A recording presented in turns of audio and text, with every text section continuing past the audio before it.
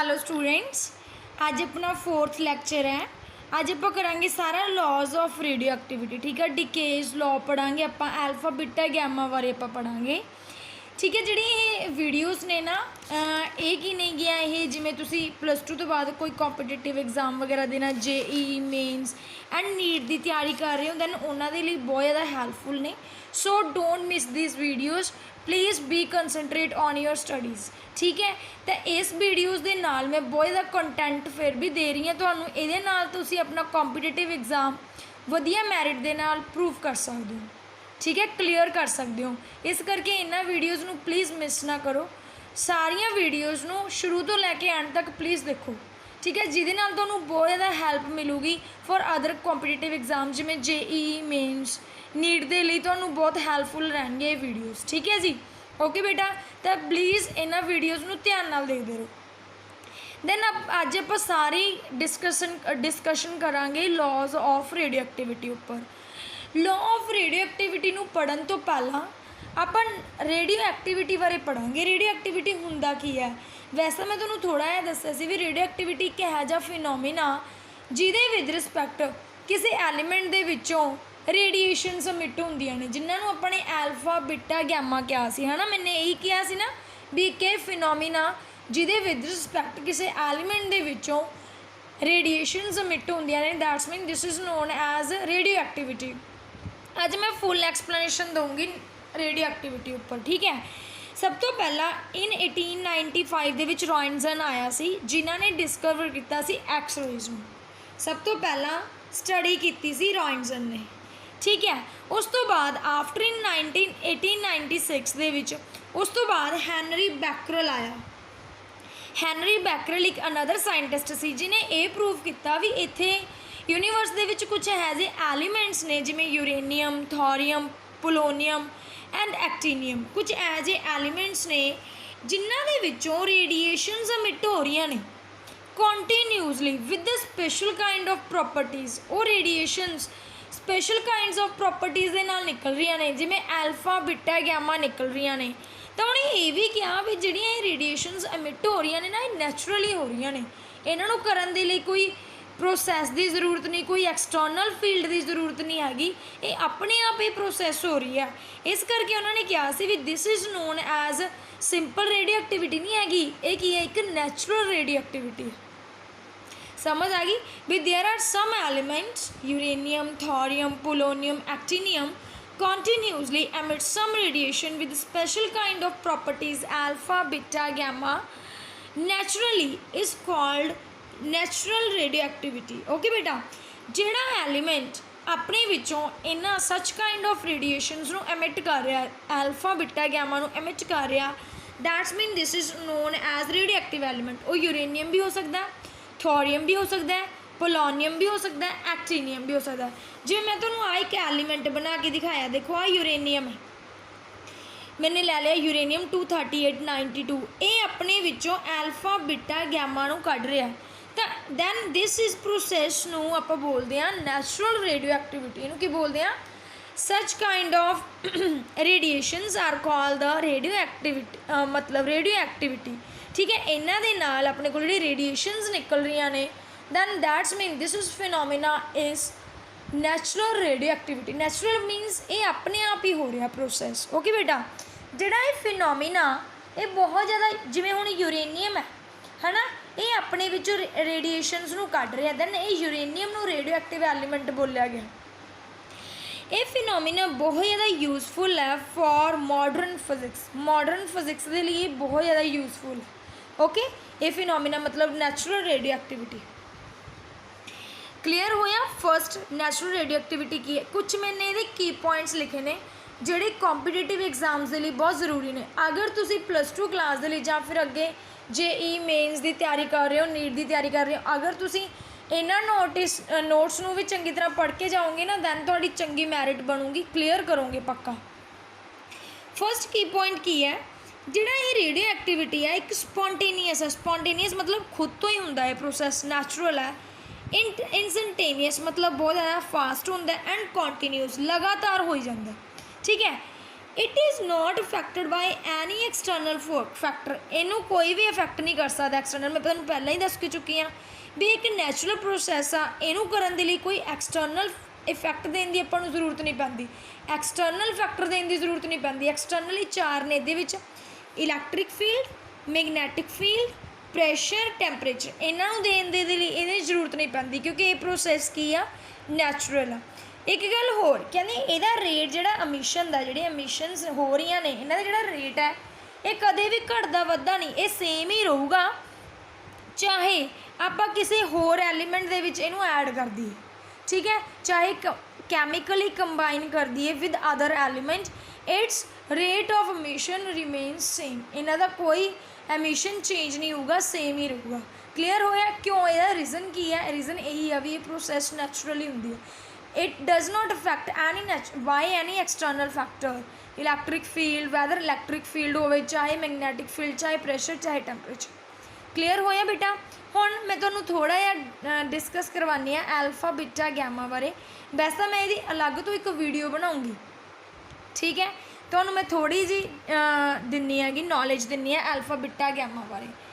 जिहड़ियां alpha beta gammas ने are nothing, alpha rays are nothing but these are helium particle, एक helium particle है जिहदा atomic number 2 है एंड मास नंबर 4 है। These are call the matter particle, एक ही है मैटर पार्टिकल, ठीक है जी, ध्यान नाल सुनते जाओ, these are the key points. And इन्हां दी जिहड़ी वेलोसिटी है अल्फा रेज दी, मतलब इन्हां पार्टिकल्स दी किते डिपेंड करती है, जिहड़े एलीमेंट्स दे विचों ही निकल रही ने उन्हां दी वेलोसिटी ते डिपेंड करते हैं। जिवें अपने कोल तीन दे देने यूरेनियम, पोलोनीयम, थोरीयम, है ना, अपन तीन देते, दैन आपां ने देखिया जिहड़े यूरेनियम दे विच रेडिएशनस निकले हैं ना, उन्हां जिहड़ा वेलोसिटी है वो घट है। क्यों घट है? क्योंकि उन्हें जिहड़ी वेलोसिटी है वो एलीमेंट ते डिपेंड करती है, इस करके उन्होंने वेलोसिटी घट है। मैं वैसे एग्जाम्पल दी है भी इन्होंने तिनों के विचों देखो, मतलब तुम देखोगे भी ये बहुत ज़्यादा फास्ट है।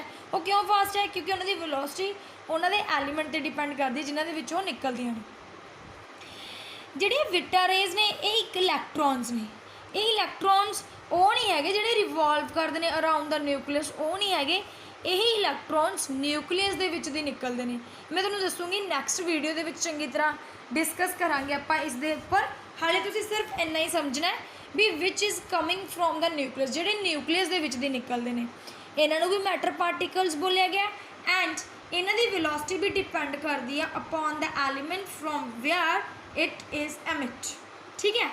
जिहड़ियां अल्फा रेज ने ये मैटर पार्टिकल्स नहीं है, ये वेव्स ने, इन्होंने बोलिया गया इलैक्ट्रोमैगनैटिक वेव्स। तो तुसीं ध्यान रखियो अल्फा ते बीटा दोनों पार्टिकल्स ने matter particles, but alpha rays are not matter particles, these are electromagnetic waves.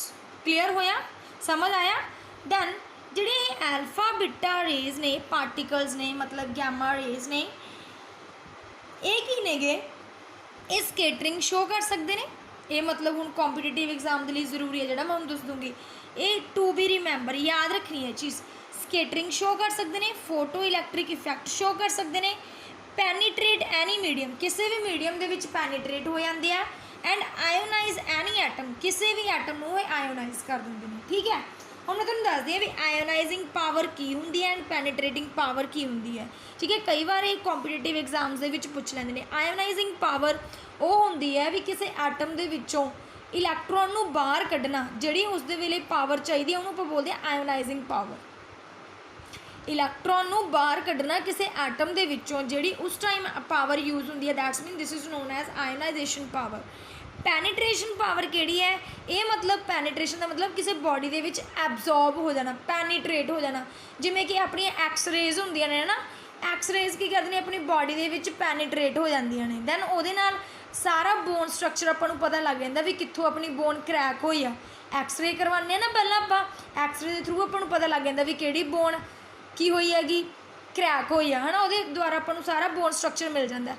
भी पैनीट्रेशन का मतलब हुंदा है, एक्सरेज का मतलब की है भी वो अंदर पैनीट्रेट हो जाते हैं, एब्जॉर्ब हो जाते हैं बाय द बॉडी। क्लीयर होया?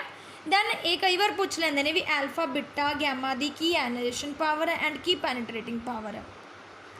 देखो ਜਿਹੜੀਆਂ ਐਕਸ ਰੇਜ਼ ਨੇ ਉਹ ਕੀ ਨੇ, ਇੱਕ ਰੇਜ਼ ਨੇ, ਵੇਵਸ ਨੇ, ਐਂਡ ਗਾਮਾ ਰੇਜ਼ ਵੀ ਕੀ ਨੇਗੀਆਂ, ਇੱਕ ਵੇਵਸ ਨੇ। ਤਾਂ ਸਭ ਤੋਂ ਜ਼ਿਆਦਾ ਪੈਨੀਟ੍ਰੇਟਿੰਗ ਪਾਵਰ ਕਿਹਦੀ ਹੋਊਗੀ, ਵੇਵਸ ਦੀ। ਸਭ ਤੋਂ ਜ਼ਿਆਦਾ ਪੈਨੀਟ੍ਰੇਟਿੰਗ ਪਾਵਰ ਕਿਹਦੀ ਹੈ, ਵੇਵਸ ਦੀ ਹੈ। ਦੇਖੋ ਗੈਮਾ ਰੇਜ਼ ਦੀ ਕਿੰਨੀ ਪੈਨੀਟ੍ਰੇਟਿੰਗ ਪਾਵਰ ਹੈ, 10,000। ਉਸ ਤੋਂ ਘੱਟ ਬੀਮਾ ਦੀ 100, बीटा ਦੀ 100, ਐਂਡ ਸਭ ਤੋਂ ਘੱਟ ਕਿਹਦੀ ਹੈ, ਐਲਫਾ ਦੀ 1। ठीक है जी, क्योंकि these are matter particles. And ionising power की हैगी, आयोनाइजिंग पावर वो होगी जो पार्टिकल्स होंगे, एटम होंगे। सब तो ज़्यादा एल्फा की, क्योंकि हैवियर पार्टिकल होंगे है ना, 10,000, एंड बीटा 100, एंड गैमा की कितनी हैगी 1। ये जो टेबल है ये तो कॉम्पीटेटिव एग्जाम्स के लिए हैल्पफुल रहूगा। ओके बेटा, चलो हुण आप स्टडी करते हैं। Now we will discuss about law of radioactivity. हुण आप रेडियो एक्टिविटी बारे पढ़ांगे। ठीक है, रेडियो एक्टिविटी के लॉ बारे पढ़ांगे भी वो की कहता सी। नैचुरल रेडियो एक्टिविटी पढ़ लिया, एल्फा बीटा गैमा पढ़ लिया, आयनाइजिंग पावर पढ़ ली, पैनीट्रेटिंग पावर पढ़ ली, है ना, भी किस तरह किवें आपां उहनूं डिस्कस कर सकते हैं। हुण अपने लॉ ऑफ रेडियो एक्टिविटी बारे सर्चिंग करनी है। देखो मैंने एक एलीमेंट ले लिया, कोई भी एलीमेंट ले लो, रेडियो एक्टिव एलीमेंट ले लिया, उहदे विच जिहड़े अपने कोल n नंबर ऑफ सैंपल ने, मतलब n नंबर ऑफ पार्टिकल्स ने जिहड़े डिसइंटीग्रेट नहीं होए हैं, टुटे नहीं है, क्योंकि जे टुटणगे तां ही उन्होंने विचों एल्फा बीटा गैमा रेडिएशनस बाहर निकलणगीਆਂ ना। तो मैंने n उन्होंने लिया जिहड़े नंबर ऑफ अनडिसइंटीग्रेट पार्टिकल्स ने। ठीक है, भी हाले उन्होंने विचों एल्फा बीटा पार्टिकल्स नहीं निकले। क्लीयर। डेल्टा n की है number of disintegrating element in delta T time interval. मतलब डेल्टा n की है भी वो एलीमेंट्स ने जिहड़े डिसइंटीग्रेट हो चुके हैं, जिहदे विचों एल्फा बीटा रेज बाहर निकल चुकी हैं। क्लीयर होया। ਆਪਾਂ ने रेट पता करना, रेट ऑफ डिसइंटीग्रेशन भी कितना रेट होगा, और डिके रेट, इनू डिके रेट भी बोलते हैं, मतलब लॉ डिके लॉ ही पढ़ांगे अज आप। रेट ऑफ डिसइंटीग्रेशन भी बोलते हैं, डिके रेट भी बोलते हैं। क्लीयर होया। मतलब जिथे भी रेट आ जाए तो वो टाइम पर डिपेंड करूँगा। देखो rate number of disintegrate element, किन्ने एलीमेंट डिसइंटीग्रेट होए in the time interval delta T. Clear होया, समझ आया। डन। जिहड़ा रेट ऑफ डिसइंटीग्रेट है उन्होंने D N upon D T लिख सकते हैं, क्योंकि डी एन मतलब delta N number of disintegrating particle in the delta T, then उन्होंने लिखता D N upon D T. Rate of disintegrate जिमें आप लिख दें वी अपॉन टी, लिख दें ना D V upon D T, rate of change of velocity. Then एवं मैंने लिखा rate of change of disintegrate particles, rate of disintegrating particles, मतलब जिहड़े डिसइंटीग्रेट पार्टिकल ने वो किते डिपेंड करते हैं, टाइम ते। दैन इन्हों बोलते हैं rate of disintegration, decay rate बोलते हैं, एक्टिविटी बोलते हैं, मतलब अलग अलग बुक्स के विच अलग अलग दिता होया। दैन डिके रेट नूं आर नाल भी डिनोट कर सकते हो, एंड आई नाल भी। हुण मैंने फरदर ये डेरिवेशन की है भी D N upon D T is directly proportional to minus N. N का मतलब की है भी जिन्ने नंबर ऑफ अनडिसइंटीग्रेट पार्टिकल्स ने, ਜਿਹੜੇ पार्टिकल डिसइंटीग्रेट नहीं होए उन्हों का रेट किते डिपेंड करता है, D N upon D T. हुण माइनस एन का मतलब की है भी जदों ही N number of samples disintegrate होणगे, दैन उन्हें जिहड़ा अपने कोल डिसइंटीग्रेट होंदे जाणगे तो नंबर ऑफ सैंपल तो घटते जाणगे, क्योंकि हर एक दे विचों एल्फा बीटा गैमा निकलदी जाणगे। क्लीयर होया ना। जिवें मेरे को 1000 नंबर ऑफ सैंपल्स ने, 1000 नंबर, ठीक है, वो डिसइंटीग्रेट होणगे, उन्हां दा नंबर घटूगा, तो ही वो एल्फा बीटा गैमा निकलणगियां।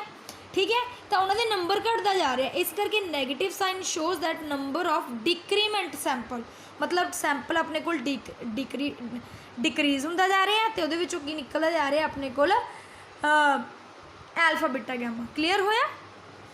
हुण डायरैक्टली प्रोपोर्शनल नूं कट के अपने लैम्डा लगाता, lambda is the decay constant, इनू अपने डिके कॉन्सटेंट बोलता। अगर तुहानूं इहदी वैल्यू कैन, वैल्यू की हुंदी है इहदी लैम्डा दी यूनिट की होंगी है S minus one. S minus one तुम किमें कटोगे, आही एन इधर मल्टीप्लाई हो रहा है, इधर की हो जाऊगा डिवाइड, एवं लिखोगे ना सिंपल लैम्डा। तो हुण डी एन अपॉन डेन दोनों का नंबर ही ने, है ना। डी टी की यूनिट की होंगी है सैकेंड, ऊपर जाऊगा सैकेंड माइनस वन। नंबर का कोई यूनिट होंगी नहीं ना, number of disintegrate particle undisintegrate उन्होंने की यूनिट है, दैन टाइम की यूनिट है सैकेंड माइनस वन। हुण आ दो चीज़ां इंपॉर्टेंट ने।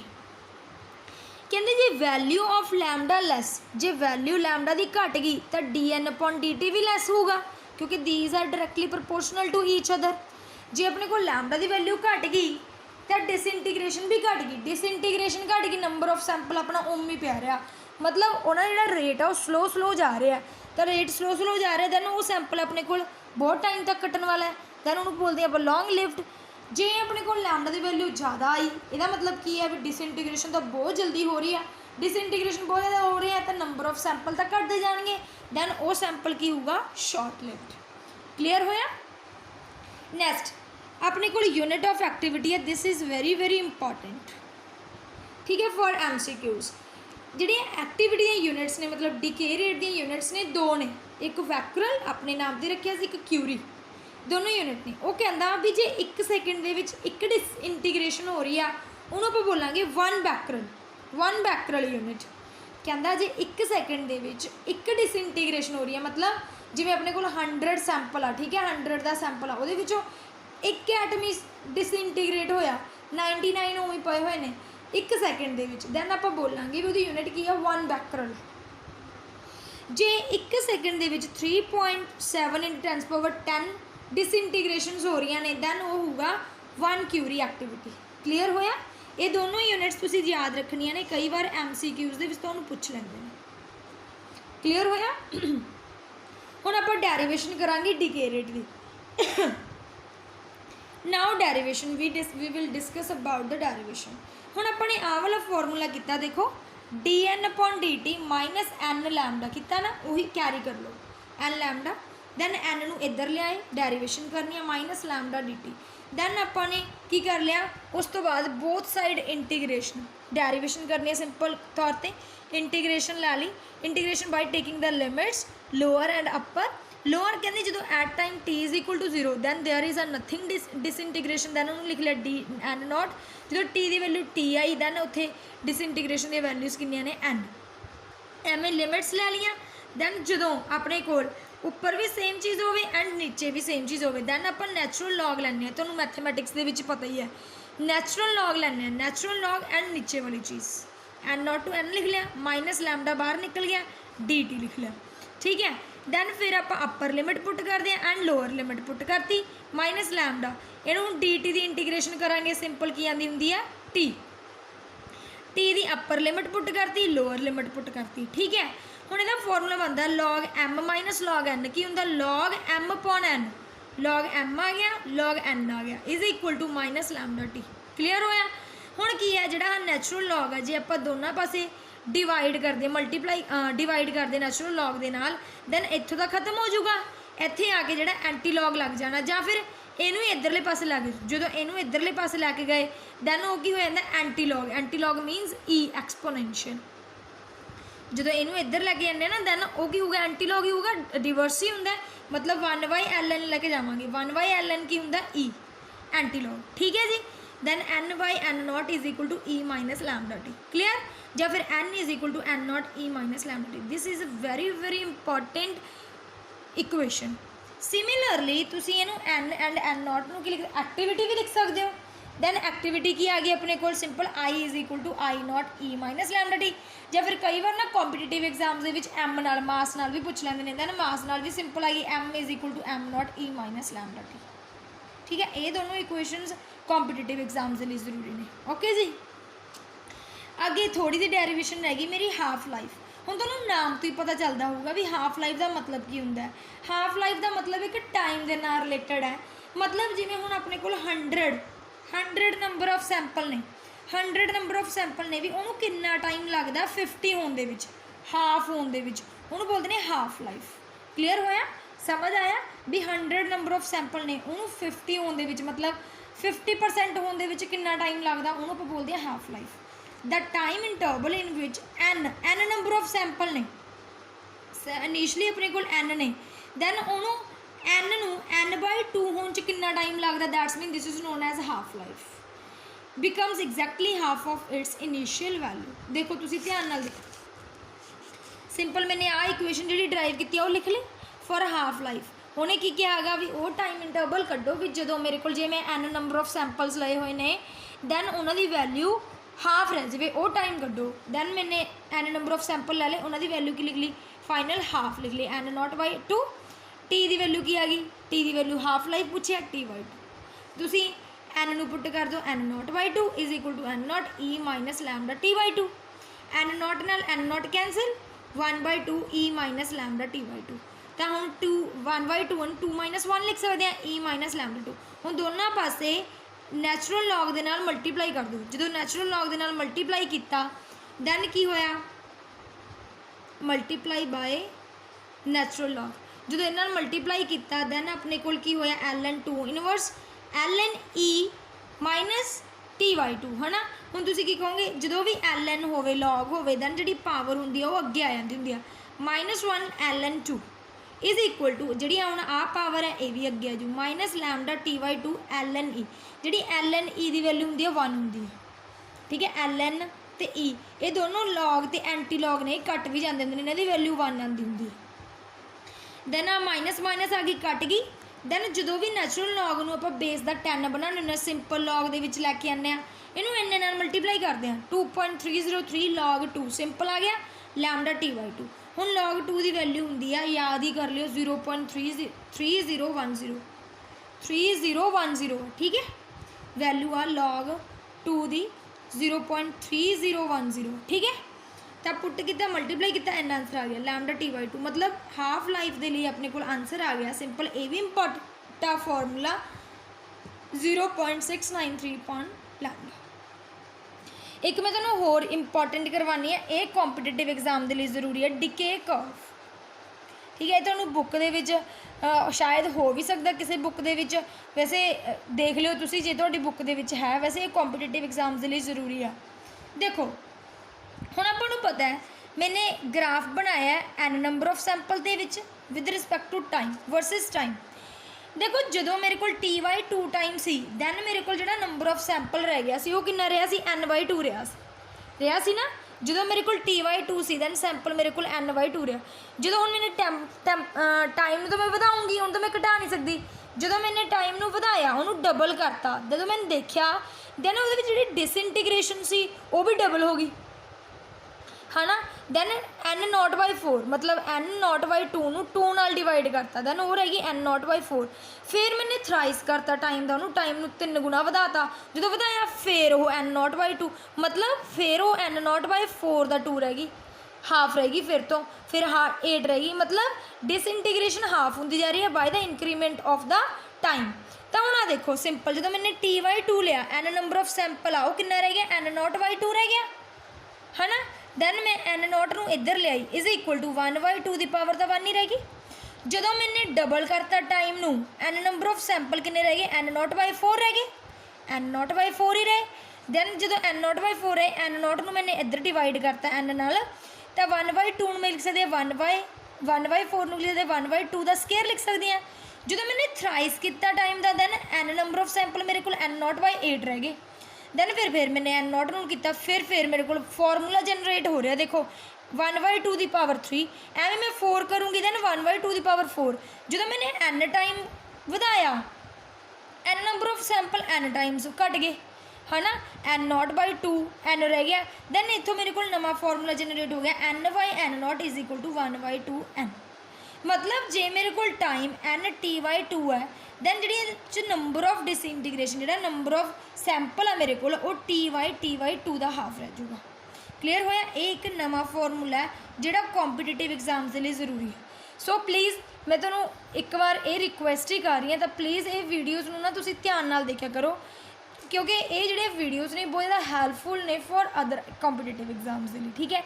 ये वीडियोज़ के विच तुहानूं बहुत ज़्यादा हर एक चीज़ पूरी डिटेल के नाल स्टडी करवाई जाती है। अज अपने सिंपल किया भी नेचुरल रेडियो एक्टिविटी की होंगी है किने उन्होंने डिस्कवर किया किस तरह वो एल्फा बीटा गैमा रेज निकलदियाँ ने।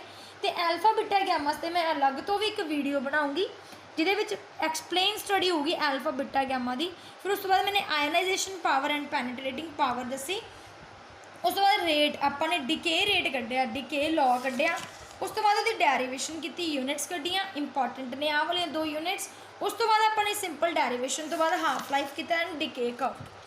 तो I hope you will fully understand these topics and जे तुहानूं ये वाले वीडियो चंगे लग रहे हैं then please like share and subscribe my channel. Okay बेटा थैंक यू।